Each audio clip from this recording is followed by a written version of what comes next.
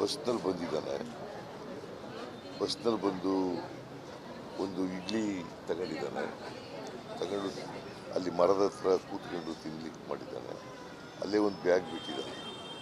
ಅವನು ಮಾಸ್ಕ್ ಹಾಕೊಂಡಿದ್ದಾನೆ, ಗಡ್ಡ ಬಿಟ್ಟಿದ್ದಾನೆ, ಕನ್ನಡಕ ಹಾಕೊಂಡಿದ್ದಾನೆ, ಟೋಪಿ ಹಾಕೊಂಡಿದ್ದಾನೆ ವ್ಯಕ್ತಿ. ಸೊ ಅವನು ಯಾವ ಬಸ್ನಲ್ಲಿ ಬಂದಿರತಕ್ಕಂಥದ್ದು ಎಲ್ಲ ಸುಳಿವು ಸಿಕ್ಕಿದೆ. ಮತ್ತು ಅವನು ಹೋಟೆಲ್ ಬಂದಿರತಕ್ಕಂಥದ್ದು ಇದು ಸಿಕ್ಕಿದೆ, ಸುಳಿವು ಸಿಕ್ಕಿದೆ. CC ಕ್ಯಾಮ್ರಾದಲ್ಲಿ ಅದನ್ನೆಲ್ಲ ಹಿಡಿದಿದ್ದಾರೆ. ಸೊ ಪತ್ತೆ ಹಚ್ತಾರೆ. ಇನ್ನೊಂದು 2 ದಿನಗಳಲ್ಲಿ ಅವ್ರು ಯಾರು ಅಂತಕ್ಕಂಥದ್ದು ಪತ್ತೆ ಹಚ್ಚಿ, ಮತ್ತು ಎಲ್ಲ ಪೊಲೀಸ್ನವರು, ಪೊಲೀಸ್ ನಾಯಿಗಳು, ಮತ್ತು IB ಅವರು, ರಾನವರು, INAನವರು ಎಲ್ಲರೂ ಕೂಡ ಬಂದಿದ್ದಾರೆ, ಹೋಗಿದ್ದಾರೆ. ಎಲ್ಲರೂ ಮಾಡಿದ್ದಾರೆ. ಮತ್ತು ಒಂದು ಸ್ಪೆಷಲ್ ಟೀಮನ್ನು ಅದಕ್ಕೋಸ್ಕರ ರಚನೆ ಮಾಡಿದ್ದಾರೆ.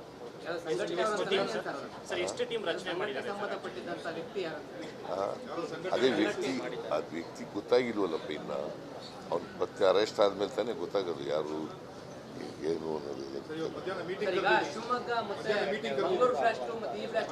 ಮೀಟಿಂಗ್ ಕರೆದಿದ್ದೀನಿ. ಬಿಜೆಪಿ ಆರೋಪ ಮಾಡ್ತಾರೆ ಸೆಕ್ಯೂರಿಟಿ ಲ್ಯಾಬ್ಸ್ ಆಗಿದೆ ಸ್ಟೇಟ್ ಅಲ್ಲಿ ಕಂಟಿನ್ಯೂಸ್ ಈಗ ಅವ್ರ ಕಾಲದಲ್ಲಿ ಆಗಿತ್ತಲ್ಲ, ಏನಾಗಿ ಅವ್ರ ಕಾಲದಲ್ಲಿ ಸೆಕ್ಯೂರಿಟಿ ಫೇಲ್ ಆಗಿತ್ತ?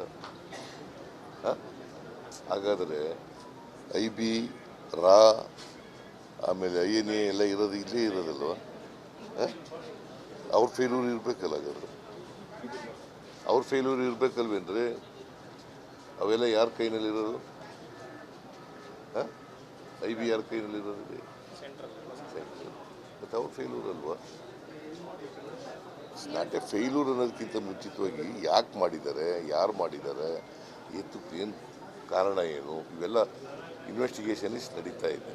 Investigation is in progress.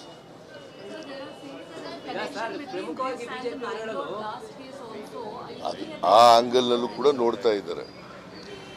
ಆ ಆಂಗಲ್ನಲ್ಲೂ ಕೂಡ ಮ್ಯಾಂಗ್ಳೂರ್ ಬ್ಲಾಸ್ಟು ಇದಕ್ಕೂ ಏನಾದರೂ ಸಂಬಂಧ ಇದೆಯಾ, ಆ ಎವಿಡೆನ್ಸ್ ಎಲ್ಲ ಕಲೆಕ್ಟ್ ಮಾಡ್ತಾ ಇದ್ದಾರೆ. ಅದರಿಂದ ಏನು ಇನ್ನೂ ಗೊತ್ತಾಗಬೇಕಲ್ಲ. ಆರ್ಗನೈಸ್ಡ್ ಆಗಿ ತುಂಬಾ ಪ್ರೊಫೆಷನಲ್ ಆಗಿ ಮಾಡಿರೋಂತ ಕಂಡು ಬರ್ತಾ ಇದೆ. ಒಂದು ಕುಕ್ಕರ್ ಬ್ಲಾಸ್ಟ್ ಆಗಿರ್ಬೋದು, ಕುಕ್ಕರ್ ಬ್ಲಾಸ್ಟ್ ಆಗಿರ್ಬೋದು, ಅಥವಾ ಇನ್ಯಾವುದೇ ಬ್ಲಾಸ್ಟ್ ಆಗಿರ್ಬೋದು, ಈ ಬ್ಲಾಸ್ಟ್ ಆಗಿರ್ತಕ್ಕಂಥದ್ದು ಇದಕ್ಕೂ ಅದಕ್ಕೂ ಸಂಬಂಧ ಇದೆಯಾ ಇಲ್ವಾ, ಇದ್ರ ಬಗ್ಗೆನೂ ಕೂಡ ಇನ್ವೆಸ್ಟಿಗೇಷನ್ ಇಸ್